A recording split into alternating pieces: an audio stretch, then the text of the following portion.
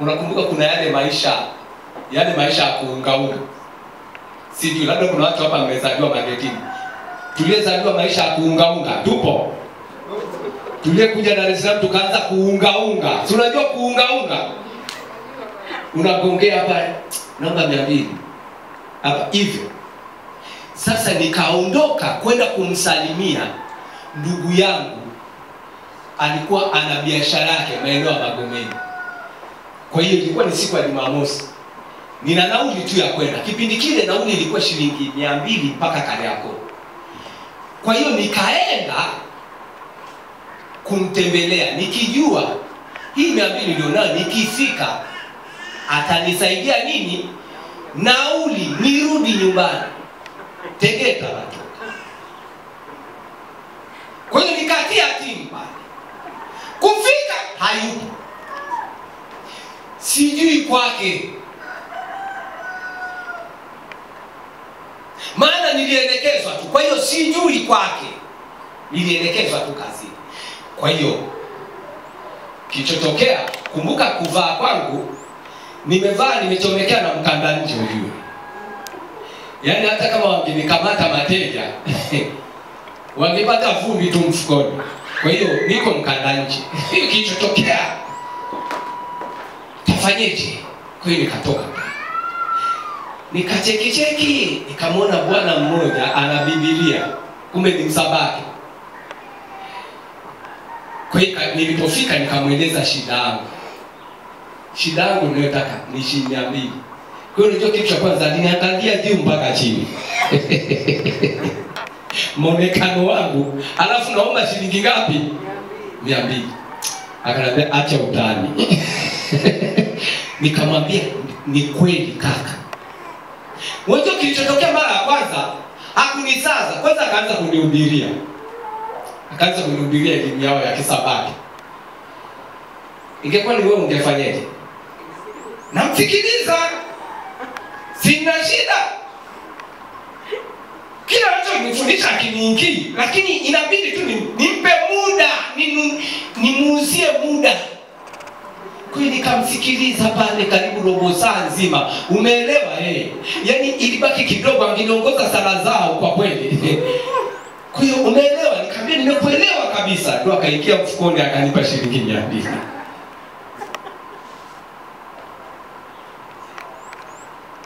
Lakini acha nikwambie, kuna muonekano unaweza kukufanya usipate msaada. Mwambie jirani yako, badilisha muonekano wako. Badilisha. Badilisha muonekano wako. Huwa nikienda Kariakoo kama nataka niuziwe vitu rahisi, sivai hivi. Sivai hivi. Maana ukivaa hivi utaambiwa boss karibu. Kitu cha 300 utauziwa 700. Kwa hiyo navaa fulani hivi, mkono mmoja nimekunja, mkono mmoja mrefu. Chini nimevaa yebo. Nipunguzie nyingi. Ila kuna sehemu nyingine ukienda lazima uvae vizuri. Hivi unajua kuna hoteli unaweza ukafika unazuiliwa mlangoni kwa sababu ya vaya. Watu wanakuwa kama mwizi, kumbe sio mwizi. Mimi mtu tu na heshima zake. Siku moja nilifika Ubungo nikaonyeshwa mmiliki mmoja wa mabasi.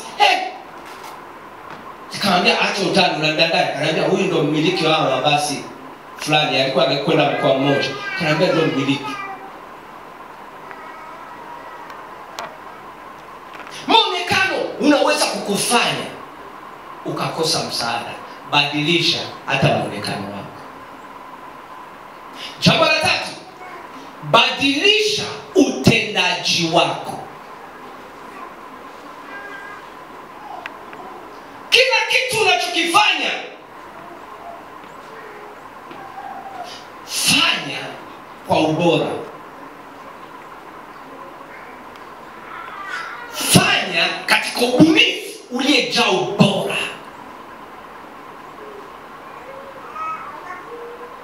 Especially hata wakina mama, labda hata kupika, pika kwa ubora.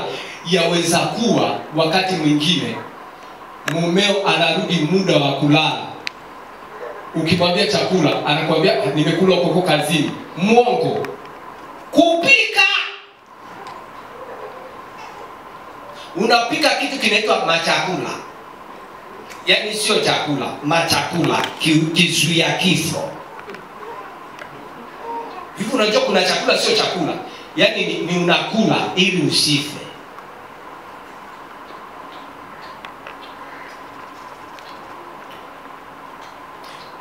Akipika ubwabwa wake anahakikisha anajua tu ni kuweka maji, kutia ubwabwa, ukisha nani basi weka pale. Okay. Kule Mr. akienda kwa mama ntilie anakuta ubwabwa umewekewa na vinjegere jegere kama una rangi rangi. Atakuja kwako. Okay. Biashara, duka jinsi lilivyo ndivyo lilivyo. Mwaka jana, mwaka juzi, ndivyo lilivyo. Hakuna kitu chochote kimebadilika. Wewe ni fundi, ukiitwa kufanya kazi, jinsi unavyofanyaga ndivyo unavyofanya. Hakuna ubora wowote umeongeza. Unisikie, watu hawapendi watendaji wanayefanya mambo yao kizamani hata saa moja.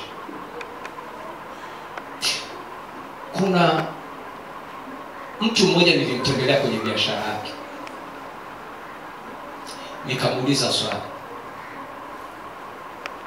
tena ilikuwa ni biashara yangu. Nikamwambia una business card? Akaniambia ndio. Nini? Nilimuuliza una business, hebu muulize jirani yako, mwambie unajua business card? Mene teke na peresi.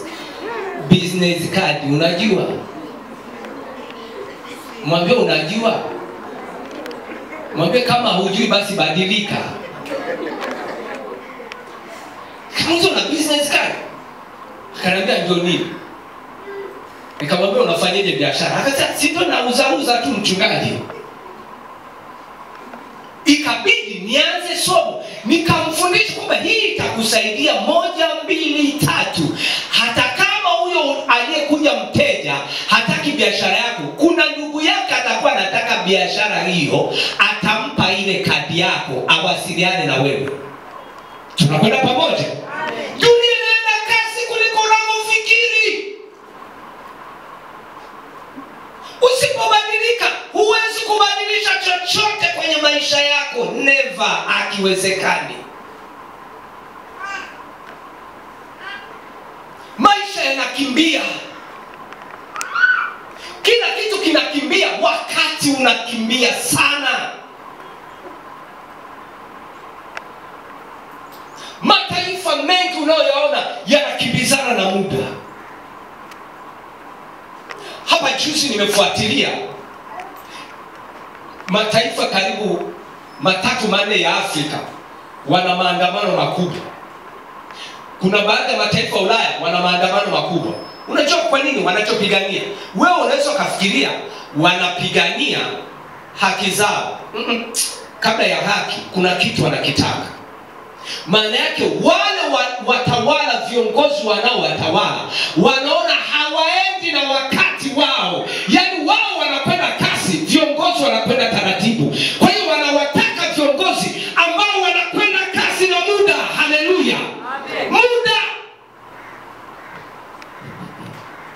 Mwambie jirani yako muda wako ndio utajiri wako.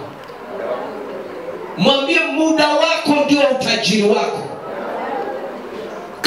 Kufanikiwa wako ipo kwenye muda. Haleluya. Haleluya. Jambo lingine, ili wakati wako uende vizuri,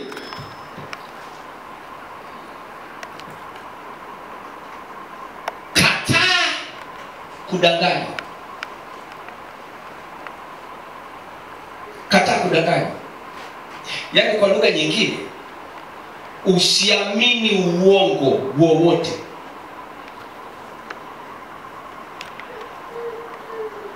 Ili maisha yako yawe halisi, yabadilike, kataa kudanganya. Naomba kama mtu ana Biblia, yule msomaji wangu yupo, mpe mic. Naomba nisomee katika kitabu cha Waefeso. Kitabu cha Waefeso ile sura ya 4. Kitabu cha Waefeso ile sura ya 4 na ule mstari wa 25. Anasemaje?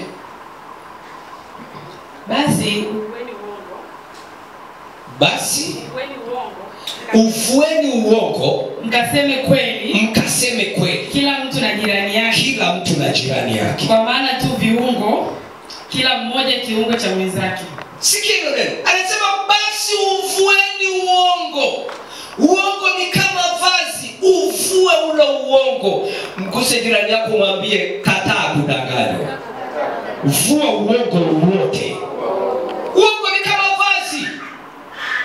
Moja ya kitu ambacho sipendi maishani ni kudanganya. Unajua kwa nini? Huwa naona mtu akikudanganya ni amekudharau. Ndio maana wenzetu weupe, wazungu, moja ya dhambi kubwa kwao ambayo kukusamehe huwa sio rahisi sana ukimwambia uongo. Hata kama wewe ni mumewe, wewe ni mkewe, yuko tayari kutoa talaka kwa kosa moja tu, umemwambia uongo. Kwa sababu huwa anawaza, kama umeweza kuniambia uongo, basi